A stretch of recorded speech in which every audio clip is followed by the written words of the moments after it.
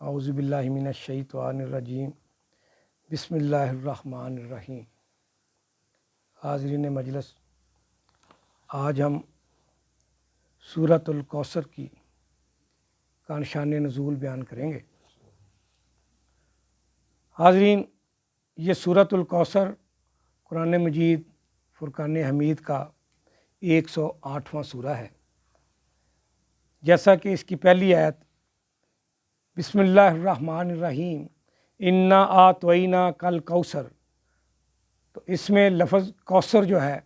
اس سے اس سورت کا نام سورۃ الکوثر رکھا گیا ہے۔ یہ سورت قرآن مجید کا سب سے چھوٹا سورہ ہے جو 1 رکوع اور 3 آیات پر مشتمل ہے۔ اس سورت کے 10 کلمات اور 40 حروف ہیں۔ حاضرین مجلس، یہ سورت مکہ میں نازل ہوئی، اس لیے اسے مکی سورتوں میں شمار کیا جاتا ہے۔ یہ سورت کب نازل ہوئی اور کیوں نازل ہوئی، اس کا شان نزول کیا ہے، اس پر آج ہم بات کریں گے اور کوشش کریں گے کہ اس کو اچھی طرح سے سمجھا جائے۔ حاضرین مجلس، ابھی دعوت و تبلیغ کا سلسلہ شروع ہی ہوا تھا اور یہ ابتدائی ایام کی بات ہے جب آقا کریم صلی اللہ علیہ وسلم نے دعوت توحید شروع کی، تو شروع میں ہی کفار مکہ، مشرکین مکہ اور بت پرست آقا کریم صلی اللہ علیہ وسلم کے جانی دشمن بن گئے۔ یہ ابھی وہ وقت تھا جب چند صحابہ کرام اسلام لائے تھے اور مکہ کے کفار جو تھے وہ آپ صلی اللہ علیہ وسلم کے سخت ترین مخالف تھے، کیونکہ دعوت توحید کا کام شروع ہو چکا تھا اور چوری چھپے چند ایک صحابہ کرام جو تھے وہ اسلام اور ایمان جو تھے وہ لا چکے تھے۔ ابتدائی دنوں میں ہی آقا کریم صلی اللہ علیہ وسلم کی یہ دعوت توحید جو تھی وہ کفار پر ناگوار گزر رہی تھی۔ ان کے عقیدے پر بہت بڑی ڈز پڑ رہی تھی اور وہ کفار جو تھے وہ پریشان تھے کہ ہم ساری زندگی اپنے آباء و اجداد کے دین پر قائم رہے ہیں، بتوں کی پوجا کرتے رہے ہیں، تو یہ ایک نیا دین آقا کریم صلی اللہ علیہ وسلم نے لے کے آئے ہیں، تو وہ اس کی سخت ترین مخالفت کر رہے تھے۔ انہوں نے آقا کریم صلی اللہ علیہ وسلم پر ظلم و ستم ڈھانے میں کسی طرح سے بھی گریز نہیں کیا، حتیٰ کہ آقا کریم صلی اللہ علیہ وسلم کے اوپر انہوں نے بڑی بڑی فحش حرکات کی، گندے جملے کہے، آپ سرکار صلی اللہ علیہ وسلم کو گالیاں دیں، آپ صلی اللہ علیہ وسلم کے گلے میں رسے اور کپڑے ڈالے گئے، آپ صلی اللہ علیہ وسلم کو اسلام کی راہ میں طرح طرح کی اذیتیں اور تکلیفیں اور مصیبتوں کا سامنا کرنا پڑا۔ جو آپ صلی اللہ علیہ وسلم پر دشمنی کے پہاڑ انہوں نے ڈھائے تو پوری قوم آپ صلی اللہ علیہ وسلم کی دشمن بن گئی۔ تو اس دشمنی کے آغاز میں آقا کریم صلی اللہ علیہ وسلم کے چند صحابہ کرام جو تھے وہ آپ صلی اللہ علیہ وسلم کے ساتھ کھڑے ہوئے تھے۔ حاضرین مجلس، ایسے حالات میں جب کہ اسلام ابھی پنپ ہی رہا تھا، کفار مکہ، رئیس مکہ آقا کریم صلی اللہ علیہ وسلم کا مذاق اڑایا کرتے تھے کہ یہ کیسی دعوت ہے، چند ایک لوگوں کے علاوہ کوئی بھی آپ صلی اللہ علیہ وسلم کی بات سننے کے لیے تیار نہیں ہے، اور وہ گلیوں کوچوں میں بیٹھ کر آپ صلی اللہ علیہ وسلم کی ہر طرح سے مخالفت کیا کرتے تھے اور کہا کرتے تھے کہ سلطنت کے رئیس، امراء، امیر ترین اشخاص جو ہیں، جو قبیلے ہیں، وہ تو ہمارے ساتھ ہیں اور جو غریب غربا ہیں وہ ان کے ساتھ ہیں۔ ان کو یہ جرأت اس لیے بھی زیادہ تھی کیونکہ آقا کریم صلی اللہ علیہ وسلم کے حقیقی چچا اور آپ کے خاندان کے اکثر افراد جو تھے وہ آقا کریم صلی اللہ علیہ وسلم کی مخالفت پہ بہت آگے نکل چکے تھے۔ آپ کو اپنے گھر میں ہی مخالفت کا سامنا تھا، اور اس کی دوسری وجہ حاضرین مجلس جس وجہ سے یہ صورت نازل ہوئی وہ یہ تھی کہ وہ سمجھتے تھے کہ آقا کریم صلی اللہ علیہ وآلہ وسلم کی کوئی نورینہ اولاد باقی نہیں رہی، اور اب آپ صلی اللہ علیہ وسلم کا نشان خود بخود ہی مٹ جائے گا۔ حاضرین مجلس، ہوا یوں کہ اللہ کے نبی آقا کریم صلی اللہ علیہ وسلم کی کل 6 اولاد میں کل 6 افراد تھے، اور بعض احادیث میں کل 7 افراد بھی آتے ہیں۔ احادیث کی کتابوں میں اکثر آپ کا ذکر آتا ہے کہ آپ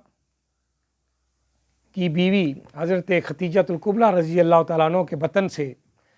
4 بیٹیاں اور 2 بیٹے تولد ہوئے۔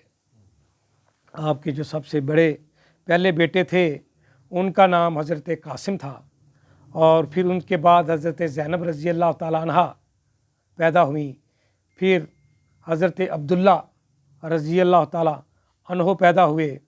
پھر ام کلثوم رضی اللہ تعالیٰ عنہ، اور پھر حضرت فاطمہ رضی اللہ تعالیٰ عنہ پیدا ہوئیں، اور پھر آخر میں حضرت رقیہ رضی اللہ تعالیٰ عنہ پیدا ہوئیں، اور سب سے آخر میں حضرت ابراہیم علیہ السلام پیدا ہوئے۔ حاضرین مجلس، یہ جو حضرت ابراہیم علیہ السلام ہیں یہ حضرت ماریہ قبطیہ رضی اللہ تعالی عنہا کے بطن سے پیدا ہوئے تھے، جو بچپن میں ہی وصال فرما گئے تھے۔ حاضرین مجلس، آقا کریم صلی اللہ علیہ وسلم کی 4 بیٹیاں بھی جوانی میں ہی اس دنیا سے کوچ کر گئیں، لیکن ہوا یوں کہ عرب کے لوگ، کیونکہ وہ اولاد کا اصول جو تھا، وہ جو نسل چلتی تھی وہ لڑکوں سے اور بیٹوں سے چلتی تھی، تو آقا کریم صلی اللہ علیہ وآلہ وسلم کے پہلے بیٹے قاسم یہ بھی 1.5 سال کی عمر میں فوت ہو گئے، اور اس کے بعد عبداللہ جن کو طیب و طاہر کے نام سے بھی پکارا جاتا ہے وہ بھی بچپن میں ہی فوت ہو گئے، اور آقا کریم صلی اللہ علیہ وسلم کے تیسرے بیٹے جو حضرت ابراہیم علیہ السلام تھے وہ بھی بچپن میں ہی 1.5 سال کی عمر میں وفات پا گئے۔ تو اس طرح سے آقا کریم صلی اللہ علیہ وآلہ وسلم کے تینوں بیٹے یکے بعد دیگرے اللہ کو پیارے ہو گئے، تو کفار کو جو پہلے ہی کسی طاق میں رہتے تھے انہوں نے آقا کریم صلی اللہ علیہ وسلم کا مذاق اڑانا شروع ہو گئے، اور کہنے لگے کہ محمد تو بے اولاد ہو گئے، محمد کی نسل تو کٹ گئی، یہ تو جڑ کٹے ہو گئے، ان کی نسل تو ختم ہو گئی۔ تو اس تانے وہ بری طرح سے آقا کریم صلی اللہ علیہ وسلم کو تانے دیتے تھے، اور ان تانے دینے والوں میں جو سب سے زیادہ آگے تھا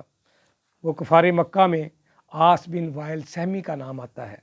یہ آقا کریم صلی اللہ علیہ وسلم کو تانے دیا کرتا تھا۔ اس کے علاوہ ابو لہب تھا، ابو جہل تھا، عقبہ بن ابی معیط تھا، کعب بن اشرف تھا۔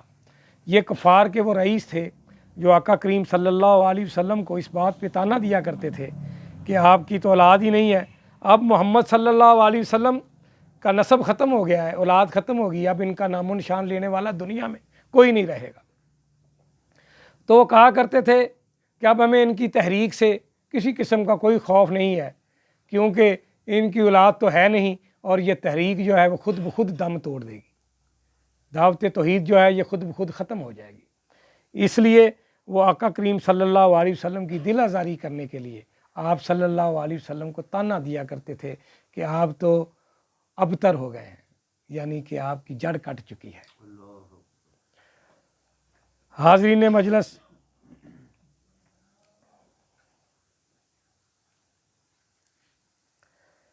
اس سورہ میں ان شانیہ کا حول ابتر کا جو لفظ استعمال ہوا ہے، تو جس کا مفہوم و معنی یہی ہے کہ ایسا شخص جس کی کوئی اولاد نرینہ نہ ہو اس کو کہتے ہیں ابتر، یعنی نسل کا مٹ جانا، اولاد کا نہ ہونا، نرینہ اولاد کا نہ ہونا، بیٹوں کا نہ ہونا۔ تو ایسی باتیں کر کے وہ آقا کریم صلی اللہ علیہ وسلم کی دل آزاری کرتے تھے، آپ کو تکلیف پہنچاتے تھے اور تانے دیتے تھے، اور آپ صلی اللہ علیہ وسلم کا نام و نشان مٹ گیا، اس طرح کے تانے دیا کرتے تھے اور کہتے تھے کہ اب تو یہ تحریک بھی ختم ہو گئی ہے، اب ان کا نام خود بخود مٹ جائے گا۔ یہ تھے وہ حالات اور وہ واقعات جس کی بنیاد پر اللہ و تبارک تعالیٰ نے یہ صورت نازل فرمائی، اور اللہ تعالیٰ آقا کریم صلی اللہ علیہ وسلم کی ڈھارس بندائی، اور آپ صلی اللہ علیہ وآلہ وسلم کے لیے یہ صورت جو تھی ایز اے تحفۃً، جس میں کوثر کا ذکر کیا گیا ہے، یہ عطا ہوئی، اور آپ صلی اللہ علیہ وسلم کو خوشخبری دی گئی کہ اے حبیب، ہم نے آپ صلی اللہ علیہ وسلم کو کوثر عطا کی۔ بسم اللہ الرحمن الرحیم، انا اعطیناک الکوثر فصلی لربک وانحر ان شانئک ھو الابتر۔ اے حبیب، ہم نے آپ صلی اللہ علیہ وسلم کو کوثر عطا کیا، بے شک ہم نے آپ صلی اللہ علیہ وسلم کو خیر کثیر عطا کیا۔ آپ نماز پڑھا کریں اپنے رب کے لیے اور قربانی دیں۔ انا یقیناً شانیہ کا، آپ کا جو دشمن ہے، هو الابتر، وہی بے نام و نشان ہوگا۔ حاضرین مجلس، کوثر کیا ہے؟ کوثر کا لفظ قرآن میں ایک ہی بار استعمال ہوا ہے۔ اس سے پہلے کوثر کی تشریح کی جائے، میں آپ کو ایک حدیث کے ذریعے سے یہ بتانا چاہتا ہوں کہ حوض اور کوثر جنت کی ایک نہر ہے، اور حوض وہ مقام ہوگا جب قیامت کے دن آقا کریم صلی اللہ علیہ وسلم کی امت وہاں پر اکٹھی کی جائے گی۔ تو اس بارے میں بے شمار احادیث ہیں کہ کوثر کیا ہے۔ نبی کریم صلی اللہ علیہ وسلم نے فرمایا، حضرت انس رضی اللہ تعالیٰ عنہ سے روایت ہے کہ رسول اللہ صلی اللہ علیہ وسلم نے فرمایا کہ معراج کے موقع پر حضور صلی اللہ علیہ وسلم کو جنت کی سیر کرائی گئی، اور اس موقع پر آپ نے ایک نہر دیکھی جس کے کناروں پر اندر سے ترشے ہوئے موتیوں یا ہیروں کے کبے بنے ہوئے تھے، یعنی کہ اس کے جو کنارے تھے نہر کے، وہ ہیرے جوہرات کے تھے، اور اس کی مٹی مشک اذفر کی تھی، جس سے مشک کی خوشبو آتی تھی۔ اور حضور صلی اللہ علیہ وسلم نے جبریل سے پوچھا یہ کیا ہے، تو انہوں نے جواب دیا، یا رسول اللہ صلی اللہ علیہ وسلم، یہ نہر کوثر ہے جو آپ کو اللہ تعالیٰ نے عطا کی ہے۔ سبحان اللہ۔ ایک شخص نے پوچھا کہ کوثر کیا ہے؟ آپ صلی اللہ علیہ وسلم نے فرمایا، ایک نہر ہے جو اللہ تعالیٰ نے مجھے جنت میں عطا کی ہے۔ پیارے دوستو، اور حوض کے بارے میں کثرت کے ساتھ احادیث ہیں کہ اللہ کے نبی نے فرمایا حوض کے بارے میں کہ حوض پہ میری امت اکٹھی کی جائے گی، اور حوض کوثر پر آقا کریم صلی اللہ علیہ وسلم نے فرمایا کہ سب سے پہلے میں وہاں پر پہنچا ہوں گا۔ نہر کوثر سے حوض میں پانی ڈالا جائے گا، اور حوض کے اوپر بے شمار پیالے رکھے ہوئے ہوں گے سونے کے، اور ان کی تعداد جو ہے مختلف حدیث میں یہ ہے کہ وہ جتنے ستارے ہیں ان کی تعداد کے مطابق وہاں پر پیالے ہوں گے۔ آقا کریم صلی اللہ علیہ وسلم نے فرمایا اس حوض کوثر کا پانی جو ہے وہ دودھ سے زیادہ سفید، برف سے زیادہ ٹھنڈا، اور شہد سے زیادہ میٹھا ہوگا، اور جو اس کو ایک دفعہ پی لے گا اس کو دوبارہ کبھی بھی پیاس کی شدت محسوس نہیں ہوگی۔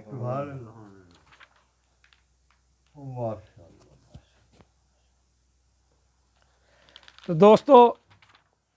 یہ ہے نہر کوثر، حوض کوثر۔ لیکن کوثر کے لغوی معنی کیا ہیں؟ کوثر کے لغوی معنی ہیں خیر کثیر، یعنی کثرت عطا کرنا، کثرت سے عطا کرنا، بے انتہا کثرت کو کوثر کہتے ہیں، یعنی کثرت میں بلائیاں عطا کر دی گئیں۔ آقا کریم صلی اللہ علیہ وسلم کو وہ خیر کثیر عطا کیا گیا، وہ اچھی بلائیاں عطا کی گئیں کہ جن کا بیان کرنا کسی کے بس کا روگ نہیں ہے۔ میرے پیارے دوستوں بھائیوں، میں وہ خیر کثیر بیان کرنا شروع کروں تو دامن وقت میں اتنی گنجائش نہیں ہے کہ ان پہ روشنی ڈالی جا سکے۔ حتیٰ کہ کائنات کی ہر بھلائی اور ہر نعمت آقا کریم صلی اللہ علیہ وسلم کو کثرت کے ساتھ عطا کی گئی۔ آپ صلی اللہ علیہ وسلم ایک شفیق باغ بھی تھے اور ایک بہترین شوہر بھی تھے۔ اللہ تبارک تعالیٰ نے آپ صلی اللہ علیہ وسلم کو نبوت سے سرفراز فرمایا۔ آپ صلی اللہ علیہ وسلم کو قرآن جیسی عظیم کتاب عطا فرمائی۔ آپ صلی اللہ علیہ وسلم کو علم و حکمت عطا فرمائی، حکمت و دنائی عطا فرمائی، جرت و شجاعت اور بہادری عطا فرمائی۔ آپ صلی اللہ علیہ وسلم اخلاق کے عظیم پیکر تھے اور معلم اخلاق کہلائے۔ اور حضرت عائشہ صدیقہ رضی اللہ تعالیٰ عنہ نے فرمایا کہ پورا قرآن ہی آپ صلی اللہ علیہ وسلم کا خلق عظیم ہے۔ سپہ سالار تھے تو ایسے کہ دنیا کا کوئی سپہ سالار آپ صلی اللہ علیہ وسلم کے مقابلے نہ آ سکا۔ کہ اثر و کثرہ کی عظیم طاقتیں آپ صلی اللہ علیہ وسلم کے قدموں میں ڈھیر ہو گئیں۔ ایسی عظیم بھلائیاں، ایسا کثرت، ایسا خیر کثیر اللہ تبارک تعالیٰ نے عطا فرمایا، وہ نعمتیں، وہ رحمتیں، وہ برکتیں عطا فرمائیں کہ آقا کریم صلی اللہ علیہ وسلم کے آگے تمام کی تمام نعمتیں ہیچ ہو گئیں۔ علم ایسا کہ پوری کائنات میں ایسا علم اللہ تبارک تعالیٰ نے کسی نبی کو عطا نہیں فرمایا۔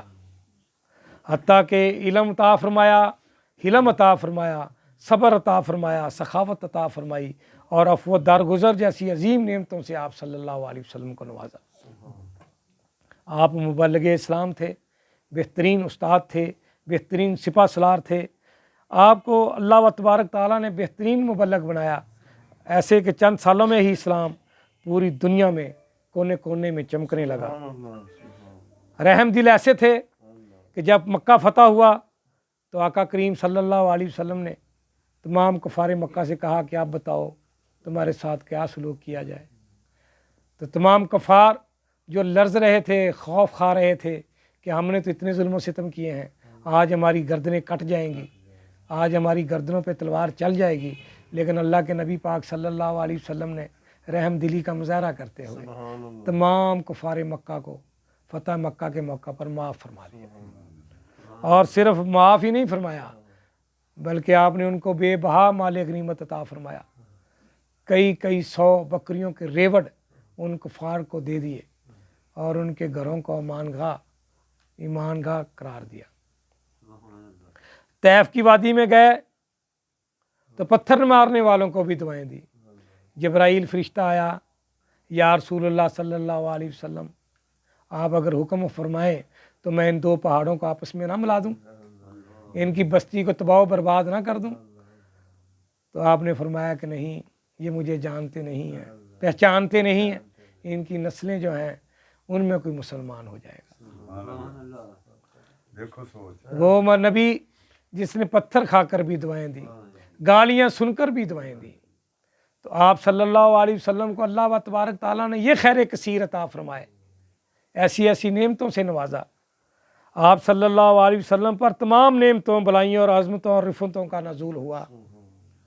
اور آپ صلی اللہ علیہ وسلم پوری کائنات کے لیے رحمت للعالمین بنا کر بھیجے گئے۔ حاضرین مجلس، کفار کے تانوں سے جو وہ آپ کو تانے دیا کرتے تھے کہ آپ کی اولاد نہیں ہے، آپ محمد کی جڑ کٹ گئی ہے، یعنی آپ کی نسل جو ہے وہ ختم ہو گئی ہے، تو اس صورت سے قبل اللہ تبارک تعالیٰ نے سورہ والضحیٰ میں آواز دی۔ حاضرین مجلس، یہ قرآن کا 93 سورہ ہے جس میں اللہ تبارک تعالیٰ نے اپنے حبیب کو خوشخبری دی۔ یہ سورت اس سورت سے قبل 2 سال پہلے نازل ہوئی۔ مکمل سورت تو نہیں پڑھوں گا، اس کا جو ریلیٹو حصہ ہے ہم اس کو پڑھتے ہیں۔